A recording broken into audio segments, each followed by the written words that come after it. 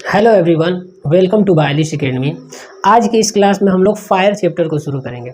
आज के इस क्लास में हम लोग पढ़ेंगे कि फायर का डेफिनेशन क्या होता है, फायर ट्रायंगल क्या होता है, किसी वर्क प्लेस पे फायर होने के कौन कौन से कॉजेज होते हैं और टाइप्स ऑफ फायर या फिर क्लासिफिकेशन ऑफ फायर क्या होता है।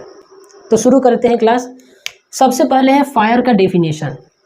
A process in which substances combine chemically with oxygen from the air and give out bright light, heat and smoke। Fire एक प्रोसेस है जिसमें कोई सब्सटेंस हवा में मौजूद ऑक्सीजन से रिएक्शन करता है, यानी केमिकल रिएक्शन करता है, और बाहर ब्राइट लाइट यानी तेज रोशनी या फिर हीट या फिर स्मोक देता है।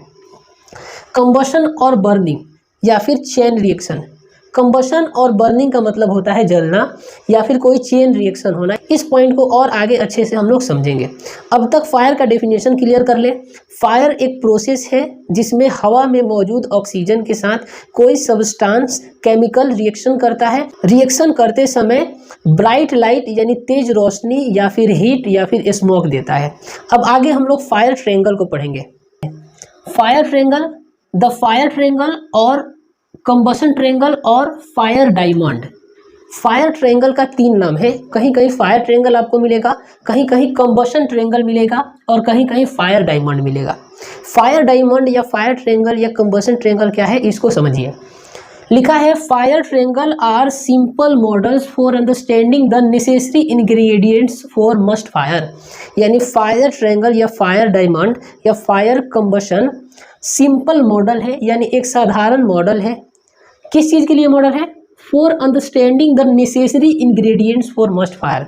समझने के लिए आवश्यक इंग्रेडिएंट्स फॉर मस्ट फायर, यानी किसी फायर के आवश्यक इंग्रेडिएंट्स को समझने के लिए सिंपल मॉडल है। फायर ट्रायंगल एक सिंपल मॉडल है जिसमें हम किसी फायर के आवश्यक इंग्रेडिएंट्स को समझते हैं, यानी कौन कौन से इंग्रेडिएंट्स हैं जिसके वजह से फायर होता है। फिर आगे है the fire triangle illustrates the three elements a fire needs to ignite. यानी फायर ट्रायंगल जो है वह बताता है किसी फायर के लिए कौन कौन से तीन एलिमेंट्स आवश्यक हैं, यानी कौन कौन से तीन एलिमेंट्स जरूरी हैं जिनके होने से ही फायर होता है। वो तीन एलिमेंट्स हैं heat, fuel and oxidising agent, that means oxygen. यानी वो तीन इंग्रेडिएंट्स क्या है, तो है हीट, फ्यूल और an oxidising agent, that means oxygen. यानी ऑक्सीजन, हीट और फ्यूल ये फायर के तीन एलिमेंट्स हैं जिनके वजह से फायर होता है। और फायर ट्रायंगल यही बताता है कि फायर लगने के लिए तीन एलिमेंट्स या तीन इंग्रेडिएंट्स जरूरी है। वो तीन इंग्रेडिएंट्स फ्यूल, ऑक्सीजन और हीट है। अब हम लोग आगे फायर ट्रायंगल को समझेंगे कि फायर ट्रायंगल क्या है। फायर ट्रायंगल क्या कह रहा है? फायर ट्रायंगल कह रहा है कि किसी भी कहीं भी आग लगने के लिए ऑक्सीजन, फ्यूल और हीट का होना जरूरी है। ऑक्सीजन, फ्यूल और हीट का होना जरूरी है। ऑक्सीजन, इसको O2 भी बोला जाता है। कह रहा है कि fire needs an atmosphere of only 60% oxygen, normal atmosphere is 21%। आग को मात्र 16% ऑक्सीजन की ज़रूरत होती है, जबकि नॉर्मल एटमॉस्फेयर में यानी हमारे वातावरण में 21% ऑक्सीजन है। बहुत ही इंपॉर्टेंट पॉइंट्स है।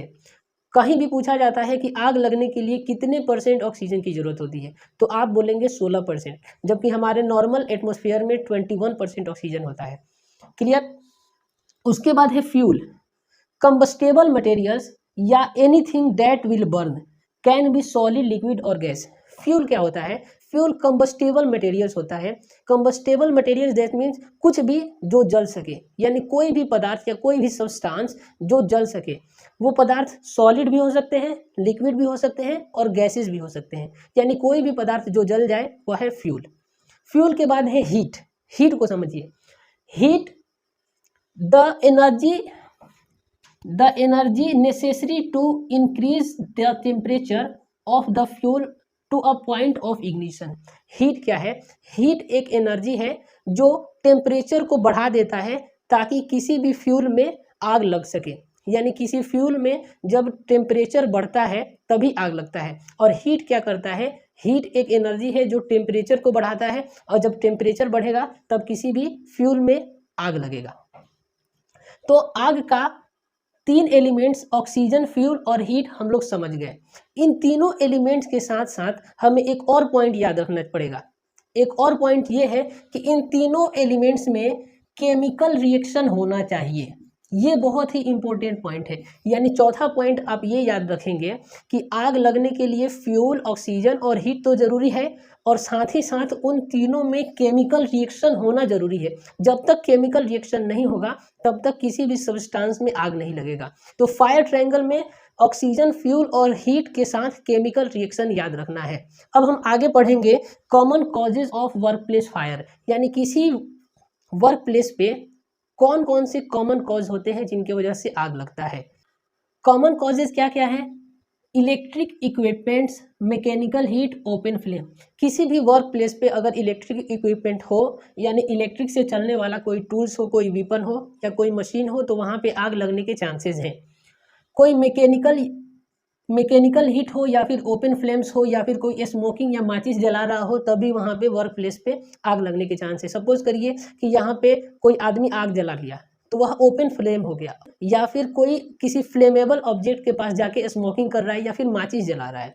तो ये सारे एक्टिविटीज़ किसी भी वर्क प्लेस पे कॉमन कॉज होते हैं जिनकी वजह से आग लगता है। डेलिब्रेट इग्निशन, डेलिब्रेट मतलब होता है जानबूझ के, यानी कोई जानबूझ के आग जला रहा है किसी वर्क प्लेस पे, तभी आग लगने का चांस बढ़ेगा। हॉट सरफेस, कभी कभी मशीन के यूज़ होने से जो सरफेस है वो गर्म हो जाता है, या ज़्यादा टेम्परेचर बढ़ जाए, ज़्यादा गर्मी होने लगे तो टेम्परेचर से जो सरफेस है वह गर्म हो जाता है। जब गर्म होगा तो उसके ऊपर कोई भी फ्लेमेबल ऑब्जेक्ट होगा तो आग लगने का चांसेस बढ़ जाएगा। तो हॉट सरफेस भी एक पॉइंट है। इसके आगे है कंबशन स्पार्क, यानी कोई चिंगारी, कोई आग जला रहा है, वहाँ से कोई चिंगारी आया और फिर आग लग गई। ओवर हीटेड मटेरियल्स, यानी कोई भी मटेरियल जो ज़्यादा गर्म हो जाए, कोई भी मटेरियल जो ज़्यादा गर्म हो जाए। कभी कभी वर्कर जो मशीन यूज़ करते हैं तो यूज़ करते करते वह मशीन ओवर हीट हो जाती है। जब ओवर हीट हो जाए तो वर्कर को चाहिए कि वो अपने सीनियर को इन्फॉर्म करे और उस काम को कुछ देर के लिए रोक दिया जाए। जब तक वह मशीन ठंडा ना हो तब तक काम को रोक दिया जाए। तो वर्क प्लेस पे over heat materials, over heat machines भी कॉमन कॉजेज होते हैं। ऑयल गैस हीटिंग, ऑयल या फिर gas heating equipments and portable heaters. किसी वर्क प्लेस पे अगर तेल है या फिर गैस हीटिंग इक्विपमेंट्स है या फिर पोर्टेबल हीटर है, यानी वह हीटर जो एक जगह से दूसरी जगह ले जाया जाए, तो पोर्टेबल हीटर जो है वह भी आग लगने के चांसेस को बढ़ा देता है। इसके बाद है केमिकल रिएक्शन। किसी वर्क प्लेस पे कुछ ऐसे सब्सटेंसेस पड़े हों जिनमें आग लगने के चांसेस ज़्यादा है, तो वहाँ पे केमिकल रिएक्शन होता है और फिर आग लग जाती है। क्लियर? उसके बाद है अनसेफ स्टोरेज ऑफ मटेरियल्स। अगर कंपनी गुड हाउसकीपिंग अपने वर्क प्लेस पे प्रोवाइड नहीं कर रही है तो वहाँ पे भी आग लगने के चांसेस बहुत ज़्यादा होते हैं।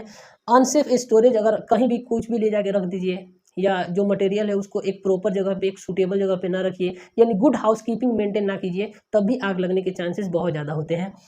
यूज ऑफ फ्लेमेबल लिक्विड्स और गैसेस इन अनसूटेबल एरियाज, यानी किसी अनसूटेबल एरिया पे आप फ्लेमेबल लिक्विड्स का या फिर गैस का यूज़ कर रहे हैं, यानी जहाँ पे कोई तेल का टैंकर पड़ा हुआ है वहाँ पे जाके आप कोई आग जला रहे हैं, माचिस जला रहे हैं, सिगरेट पी रहे हैं, तो ऐसे ऐसे एक्टिविटीज़ किसी भी वर्क प्लेस पे आग लगने का कारण होता है। अब हम आगे क्लासिफिकेशन ऑफ फायर पढ़ेंगे, यानी फायर का कितने तरह से क्लासिफिकेशन किया गया है। इस क्लास का लास्ट पॉइंट है क्लासिफिकेशन ऑफ फायर। फायर को कितने क्लास में बांटा गया है? फायर को ए, बी, सी, डी, ई और एफ क्लास में, यानी 6 क्लास में फायर को बांटा गया है। ए क्लास के फायर कौन कौन से होते हैं? तो ए क्लास के फायर होंगे वो सारे फ्यूल जो सॉलिड हैं। अगर किसी सॉलिड में आग लगता है तो वह ए क्लास का फायर होगा, उस फायर को क्लास ए में रखा गया है। क्लियर?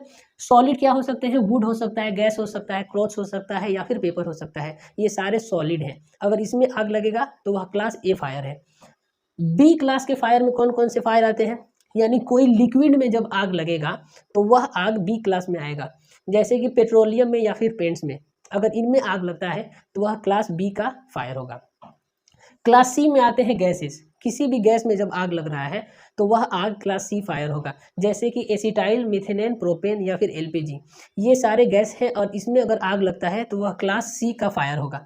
क्लास डी फायर में कौन कौन से आते हैं? यानी मेटल्स। किसी भी धातु में जब आग लगता है जैसे सोडियम, मैग्नीशियम, एल्युमिनियम, तो उस फायर को क्लास डी फायर कहा जाता है। क्लास ई फायर इलेक्ट्रिक फायर, जब आग इलेक्ट्रिसिटी के द्वारा लगता है तो क्लास ई फायर उसको बोला जाता है।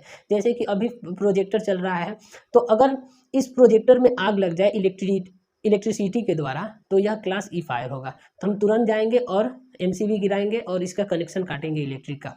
क्लियर। क्लास एफ फायर को क्लास के फायर भी बोलते हैं। के फॉर किचन, अगर फैट्स में या फिर ऑयल्स में आग लगता है तो वह क्लास एफ फायर होगा या क्लास के फायर होगा। घरेलू तेल जो होते हैं जिससे हम लोग खाना बनाते हैं, उस तेल में भी आग लगता है, तो उस तेल में जो आग लगता है उस आग को क्लास एफ या फिर क्लास के फायर बोला जाता है। आगे की क्लास में हम लोग principal causes of fire to spread ये वाला पॉइंट पढ़ेंगे, यानी कौन कौन से मुख्य कारण हैं जिससे फायर स्प्रीड करता है यानी फायर फैलता है। आज की क्लास में बस इतना ही। इससे रिलेटेड कोई क्वेश्चन है तो आप कमेंट बॉक्स में पूछ सकते हैं। मिलते हैं अगले वीडियो में। जय हिंद।